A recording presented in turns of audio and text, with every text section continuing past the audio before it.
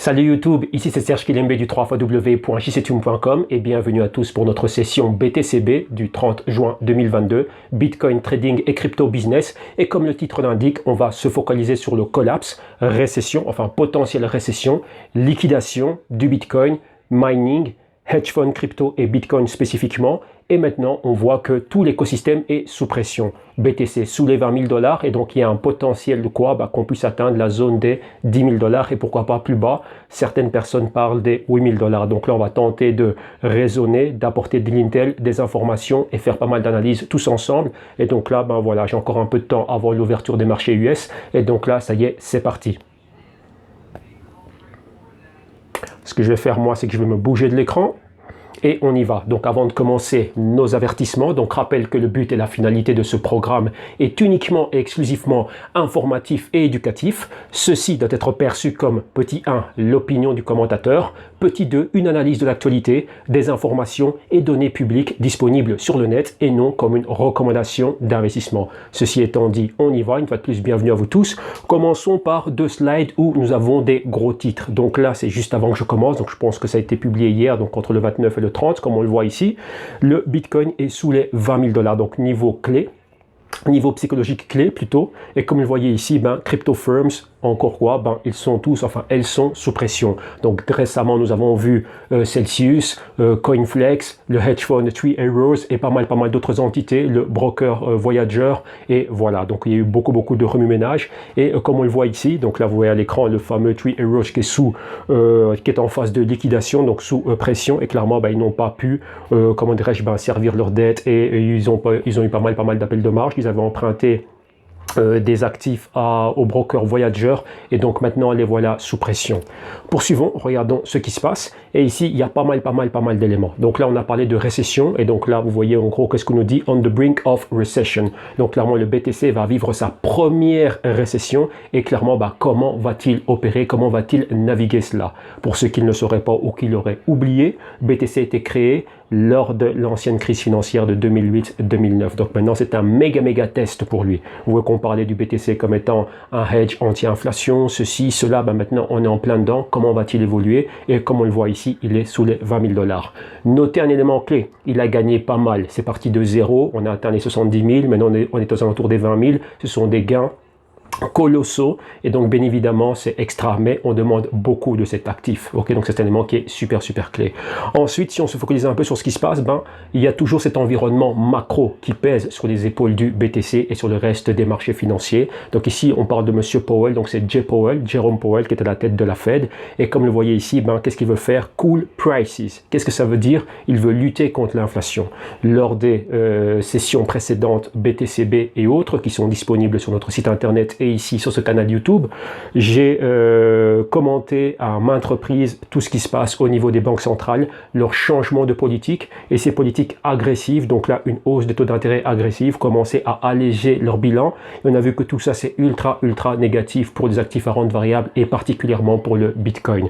Donc on verra ce qui se passe. Maintenant on arrive au mois de juillet et il y a une potentielle hausse des taux d'intérêt de 65 points base, 75 points base, et donc là encore une fois, on attend qu'il y ait une réaction négative des actifs à rente variable et spécifiquement le BTC. Qu'est-ce qu'on voit ici? On a parlé des mineurs qui étaient sous pression. Rappelez-vous, il fut un temps, les mineurs, le mining BTC était dominé par les mineurs chinois, plus de 60% du hash rate. Et ensuite, après la chasse aux sorcières qui a été faite en Chine, nous avons vu les mineurs chinois migrer en dehors de la Chine, aller vers le Kazakhstan, vers l'Iran, pas mal de pays d'Asie mineure, mais spécifiquement aller où? Vers les États-Unis, au Texas, principalement. Donc maintenant le hash rate provient principalement, est dominé par les mineurs américains, et ces mineurs maintenant ayant une infrastructure financière beaucoup plus évoluer, ils ont pu faire quoi? Avoir pas mal de produits qui leur permettaient de ne pas devoir se rabattre sur la vente de leur BTC afin de couvrir leurs coûts d'opération. Donc avoir des options, des futurs, déposer les machines ASIC comme collatéraux ou déposer le BTC comme collatéral, et avec ça avoir des lignes de crédit auprès de pas mal de prêteurs, Goldman Sachs, Galaxy, etc. Mais maintenant, il y a pas mal de problèmes. Ils commencent à liquider ces cryptos. Donc ça, encore une fois, c'est une pression qui est exercée sur le prix du BTC, et bien évidemment une pression baissière. Et JP Morgan a fait un rapport dessus qu'on a couvert en interne. Avec ça, qu'est-ce qu'on a? Vous voyez ici ce que que je venais de dire. Donc on parle des prêts qui ont été faits aux mineurs Bitcoin, donc des entités comme Marathon, Riot et d'autres sont sous pression. Et ici, qu'est-ce qu'on voit? On voit que pas mal de ténors de Wall Street, ici nous avons monsieur Mark Mobius, qui lui voit le BTC comme étant un indicateur. Indicateur de quoi? Des stock market. Donc c'est un élément qui est super intéressant. Voilà comment Wall Street voit le BTC. Nous poursuivons avec une autre banque d'investissement. Ici nous avons Morgan Stanley et il nous parle de récession. Rappelle ce qu'on a vu au début, BTC a son premier test, donc un test de récession, de bear market généralisé, et comment va-t-il naviguer tout cela? Vous avez vu que les cryptos ont chuté énormément et leur leader Bitcoin a chuté énormément, il est énormément sous pression. Et ici nous poursuivons avec Deutsche Bank. Donc là on a fait le tour un peu des banques d'investissement et grandes institutions financières qui, leurs économistes et stratégistes, tout le monde voit une récession. Donc on s'attend à quoi? Clairement à ce qu'il y ait encore beaucoup plus de pression baissière sur les actifs à rente variable, et je le répète encore une fois, spécifiquement sur le BTC. Poursuivons. Avec cela, poursuivons et regardons un graphique. Donc là, nous avons sous les yeux un graphique composé de pas mal d'éléments. On va tenter d'identifier chacun de ces éléments. Donc la ligne noire, c'est le BTC. Nous avons ici une horizon de temps year to date, c'est-à-dire nous remontons à l'année en cours, donc là du 1er janvier jusqu'aujourd'hui au 30 juin. Et nous voyons la performance du BTC qui a chuté de plus de 50%, pratiquement 60%. Donc BTC, c'est la ligne noire que vous voyez ici, qui a chuté de près de 60%. Avec cela, on voit que tout l'écosystème, ou bien du moins toute entité qui est exposée à la pose et la mise sur pied de l'infrastructure Bitcoin a été impactée aussi négativement. Donc on a parlé de la forte corrélation du BTC avec les actifs à rente variable. Nous avons ici Coinbase. N'oubliez pas, nous prenons ici une perspective US, donc on regarde tout à travers du prisme des marchés US. Et donc Coinbase, listé au Nasdaq, une entité sur laquelle on peut venir, c'est un exchange, on trade le Bitcoin et tout ça, pas mal d'autres services crypto, altcoin et tout ce qui va avec. Et donc ici nous voyons quoi? Que Coinbase a chuté de 80%. Donc qu'est-ce que nous pouvons noter? Que les actifs exposés à l'infrastructure BTC ont souffert beaucoup plus que le BTC. Nous avons par exemple un des mineurs, donc il y a Riot, et ici nous avons pris Marathon, un des plus grands mineurs BTC qui est listé sur le Nasdaq aussi. Aux États-Unis, lui aussi a chuté de quoi? De près de 80%. Donc nous avons Coinbase et Marathon qui ont tous deux chuté de près, de 80%.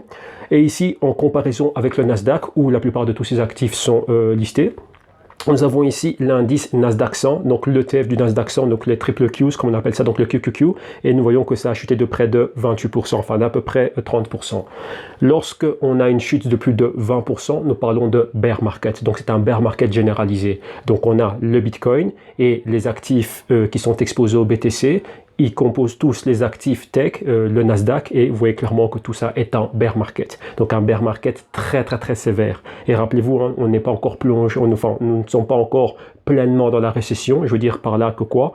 Les entités, économistes, gouvernements et tout ça n'ont pas capitulé encore. Donc maintenant c'est récession, y aura-t-il une récession? Est-ce qu'on va pas tomber en récession? Ceci, cela, et les différentes manipulations que sont en train de faire les banques centrales. Quand je dis manipulation, c'est au niveau des taux d'intérêt, l'allègement de leur bilan, etc. Vous avez vu qu'il y a eu une réunion au Portugal hier, une réunion de la BCE où il y avait pas mal de banquiers centraux qui étaient invités. Donc là, un représentant de la BRI, donc la Banque des règlements internationaux, qui est basée à Bâle en Suisse. Nous avions Madame Lagarde, Monsieur Jay Powell de la Fed, Madame Lagarde de la BCE, Jay Powell de la Fed et M. Bailey, gouverneur de la Banque d'Angleterre. Et voilà, donc là, pas mal de choses. Que vont-ils faire? Le mot-clé, c'est lutter contre l'inflation. Mais une des solutions pour lutter contre l'inflation, c'est générer une récession, provoquer une récession. Et on voit déjà comment c'est en train d'impacter les actifs à rente variable, notamment tout ce qui est tech et tout ce qui est crypto et tout ce qui est exposé à l'infrastructure crypto. Donc on a déjà un bear market alors qu'on n'est pas encore en récession. Donc imaginez-vous maintenant si clairement il y a une récession, où va aller le BTC? Bien évidemment, ici, on s'attend à ce que ce soit encore beaucoup plus négatif, donc là, qu'il aille encore plus bas. D'où la target des 10 000 $. OK? Et ici, pour finir, nous avons quoi? Nous avons SI, c'est Silvergate, qui est la banque crypto par défaut.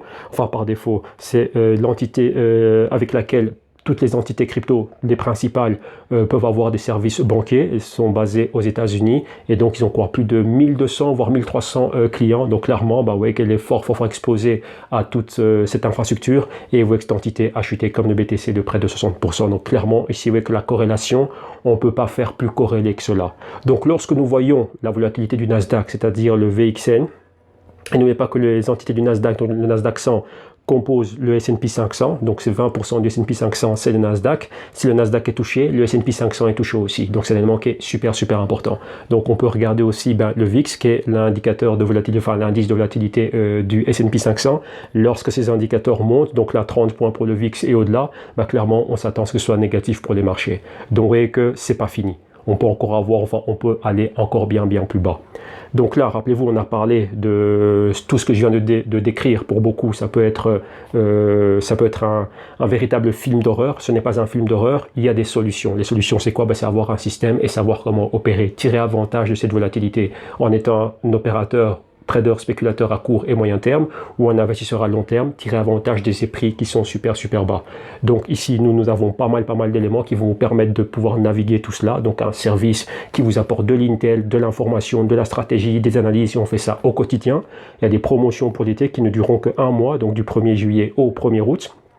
Tirez-en avantage, mais bien évidemment, on est, comment dirais-je, nous sommes justes. Qu'est-ce que je veux dire par là? Venez au www.gestium.com et regardez ce que l'on offre. Donc ici, vous pouvez voir une session EMB complète, qui sont nos émissions macro, qui sont faites en fin de session US, pour faire un constat et un récapitulatif de ce qui s'est passé durant la session, et pas mal d'analyses et pas mal d'éléments comme ça. Donc on décortique tout ce qui s'est passé. Nous avons nos sessions GB2R, qui sont des publications hebdomadaires, publiées chaque samedi, et là c'est spécifiquement axé sur l'écosystème crypto. Et nous avons lancé les BTCB, c'était lancé le 13. Et là, ce sont des publications quotidiennes du lundi au vendredi. Tous les matins, on décortique l'écosystème crypto, on parle de beaucoup de choses, stratégie et tout ça. Et là, vous avez à chaque fois une session complète disponible au www.gestium.com. Donc, allez regarder. Et si ça vous plaît, vous avez pas mal de promotions à partir de ces 2 pages. Cliquez sur les liens, vous les avez en description. Envoyez-nous un email, passez-nous un coup de fil, envoyez-nous un message, on viendra vers vous et on sera ravis de vous rejoindre, de vous revoir de l'autre côté. Ok, c'est-à-dire quoi? En interne, et partager l'intel, l'info, les analyses avec vous. Donc voilà, c'est tout pour ma part. Maintenant, je vais retourner au marché. Soyez du bon côté du trade. Bon trade à tous, bons investissements. Soyez ultra focus. Merci à vous tous. Profitez de l'été, du soleil aussi. À très bientôt et bye bye.